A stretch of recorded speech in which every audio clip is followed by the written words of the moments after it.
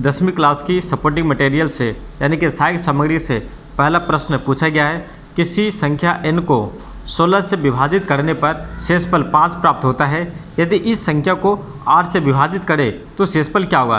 यानी कि n को आपको किससे भाग करना है, n को 16 से भाग करना है और 16 से भाग करने के बाद हमारा जो शेषफल बचता है वो कितना बचता है दोस्तों, वो बचता है 5। ठीक है दोस्तों, अभी कह रहे कि भाग करने पे शेषफल अगर 5 आ रहा है तो उसी संख्या को 8 से भाग करने पे कितना आएगा।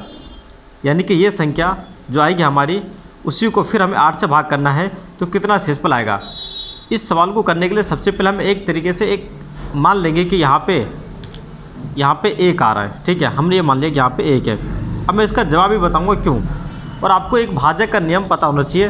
भाजक का नियम क्या कहता है दोस्तों, ठीक है, भाजक का नियम क्या कहता है कि भाज्य बराबर, ठीक है, भाज्य बराबर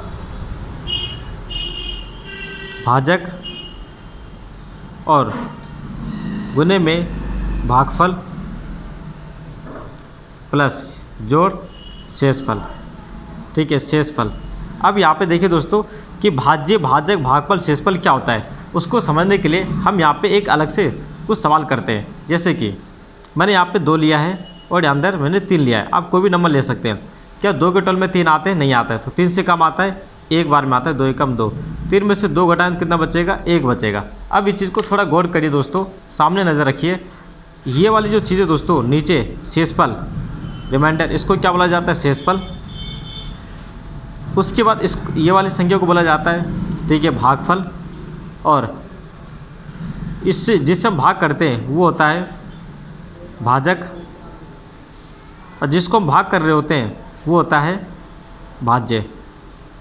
ठीक है, इस तरीके से। तो क्योंकि हमें पता है, ठीक है, क्योंकि हमें पता है कि भाज्य अंदर वाली चीज़ होती है तो हमें यहाँ पे अंदर n दिया है। ठीक है, तो हम यहाँ पे भाज्य की जगह क्या लिखेंगे, n बराबर भाजक कितना हो गया 16, भागफल कितना हो गया 1 जो कि हमने माना है, और जोड़ में कितना हो जाएगा शेषफल, यानी कि प्लस कितना आ रहा है, शेषफल में हो गया 5। यानी कि अब n, ठीक है, n बराबर 16 कम 16 और प्लस का 5 कितना हुआ दोस्तों, 6 और 5 के 16 और 5 कितना हो जाएगा 21। यानी कि n कितना आ गया 21।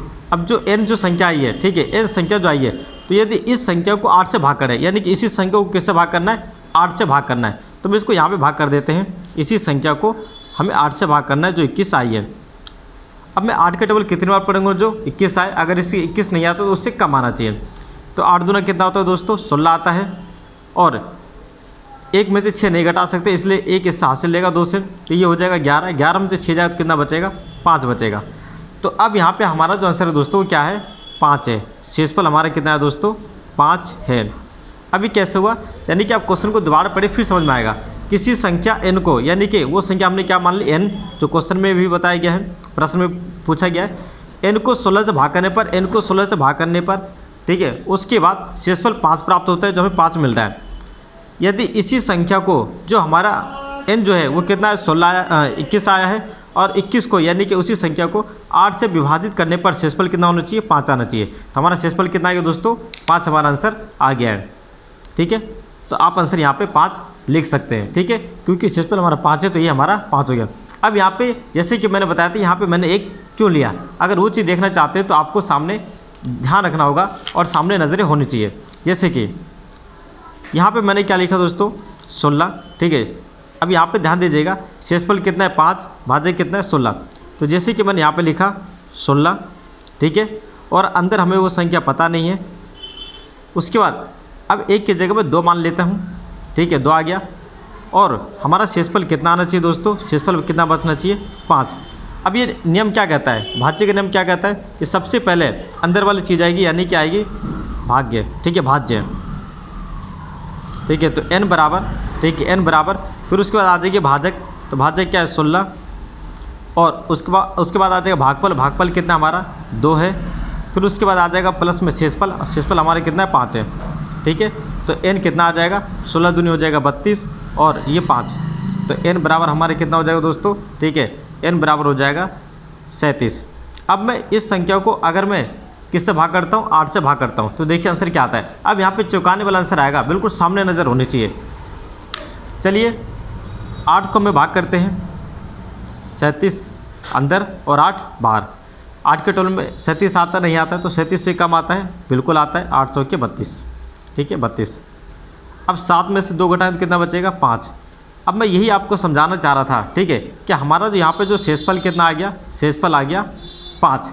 तो ज़रूर नहीं कि आप 1 माने, आप यहाँ पे 2 भी लिखेंगे भागफल में, तो भी हमारा जो शेषफल कितना बचेगा, 5 ही बचेगा। जैसे 1 मानने में शेषफल 5 बचा, आप यहाँ पे देख सकते हैं कि शेषफल हमारा कितना बचा, 5, ठीक है, जबकि हमने इसको 1 माना है। अगर मैंने इसकी जगह 2 मान के चला हूँ तो भी मेरा शेषफल कितना आ गया, 5 आ गया।